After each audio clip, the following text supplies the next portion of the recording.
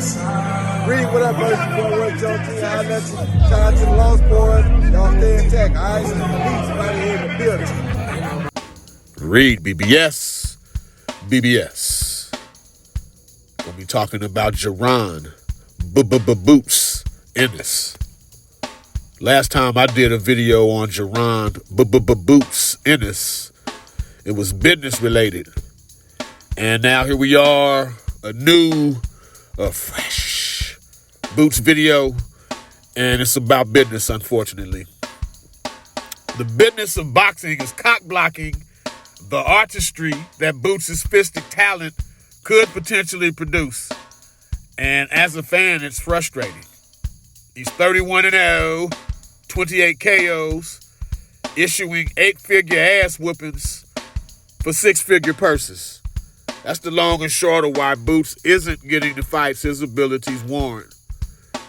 You see a performance like the Roy Monvia fight, a tough, determined, ballsy, hard-punching dude, Ring Magazine, top 10 welterweight, best available opponent at the time. He was not only unimpressed with Boots, he was eager to share a boxing ring with him. Like Boots or not, a performance like that leaves you wanting more. And then sadly, events conspire to keep Boots out of the damn ring and away from doing what the good, kind, sweet Lord blessed him to do. Then there's the death of Cameron Duncan early this year, to start the new year, basically. Duncan handled Boots' affairs. He was his manager for his entire career. And Bozy Ennis spoke glowingly of Cameron Duncan in interviews post-mortem, called him a good man. Well, 13 days after that good man's death, Team Ennis received a letter from Duncan's wife informing them she was taking the wheel. She gonna drive now. Litigation ensued, breach of contract lawsuit. Team Ennis is stating the contract didn't fulfill the obligated amount of fights. Boots was promised 14 fights in 5 years. Instead, he got 8 fights.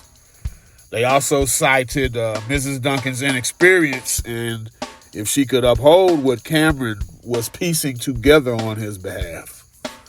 This was all courtesy of the homie Jake Donovan on Boxing Scene.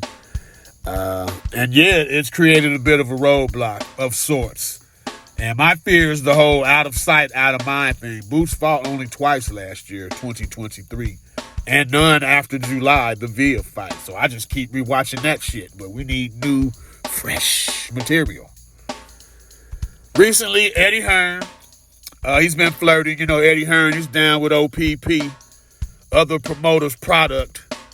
And along with trying to persuade Boots to sign with Dazn, he's offered Conor Benn, which could be an attractive overseas bout, you know, because the Brits, they do have atmosphere. They do have that. It would be intriguing to see Boots in a one-off situation as such. But that's all Eddie Hearn really has. PBC offers much more options, a larger variety, a deeper pool to play in from 47 through 54. Potentially, you got Bud Crawford, Errol Spence, Tim Tszyu, Erickson Lubin, Mondo Ramos, Brian Mendoza, Sebastian Fundora, hell, Keith Thurman. He's still back in the mix. He's still dangling out there, you know, like oxygen, just kind of hanging around. Hearn. Now, Hearn has ties to Saudi Arabia, though. He does have that. Saudi Arabia is the new bully on the boxing block, headed by His Excellency, Turki Al-Sheikh.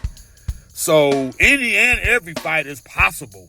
Like on some Kevin Garnett, anything's possible. No matter what side of the so-called street you reside on these days, because them Saudi pockets is deep. Them Saudi pockets is deep, man. But Bozy Ennis, he did an interview recently, all but confirming Boots will remain under the PBC umbrella for now. They were penciled in for the March 30th Amazon Prime pay-per-view debut. But that's with Thurman and Tszyu and Rollis against Pitbull. But now, Bozy said Boots is probably going to be on the Canelo May 4th undercard. 4 de Mayo. Bozy, he just said this a day or so ago, being interviewed while working Andy Cruz's fight on Dazn, that Berlanga undercard. Among future or possible opponents for Boots, realistic opponents, that is, Mario Barrios. He's the WBC interim champion. I'm sure the WBC is probably on their way to stripping Bud of that title. Undisputed welterweight champion Bud Crawford, I'm sure they're on their way to stripping him, if they haven't already, of the WBC, just like the IBF did with that belt, which Boots now holds. Barrios is the best available immediate option, and he's looking to soon be the full-fledged WBC champion since he beat Ugas. His trainer, Bob Santos, Barrios' trainer, compares Barrios versus Boots to Kostya Tszyu versus Zab Judah. I get the tie-in, unification fight. Judah was getting all the hype, flashy style, urban swag. Tszyu was the underdog. I get where he's going, I can't and won't be mad at that comparison from the trainer of Barrios, no less. But the IBF welterweight champion Boots, and no one hates the manner in which he became the IBF welterweight champion more than him and his team. Now everybody calls it the email champion. He don't want that. But there it is. They give it to you, and it's a bargaining chip, if nothing else. And with that, the IBF mandated defense is versus their top contender, Cody Crowley. About that was being discussed for Benavidez Andrade pay-per-view undercard last year as the co-main event. But that's when the whole Showtime getting out of boxing and them establishing a relationship with Amazon Prime was all in the works. So Boots just fell by the wayside, I guess, is what materialized. So maybe it's Cody Crowley on the Canelo undercard. Either way, this 1-2 fight a year diet is for the fucking birds. So if PBC is going to retain Jaron Boots Ennis' service, use Jaron Boots Ennis. 3 bouts minimum, bruh. 3 bouts minimum. If not a high-profile fight or a welterweight unification fight, knock off the next highest-rated IBF challenger like Crowley.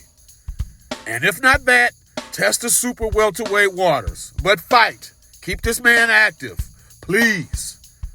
And regardless, Boots won't remain at 47 much longer anyways. So whomever, whenever, wherever, talking to you, England, talking to you, Conor Ben, at whatever weight class, get out this man's way and allow him to perform for the greater good of boxing. REED-BBS, BBS. Blackbird Sugar, Bachelor's in Boxing Studies. Television, Fred Sanford of the Fistic Arts. When all is said and done, there's nothing left to say or do.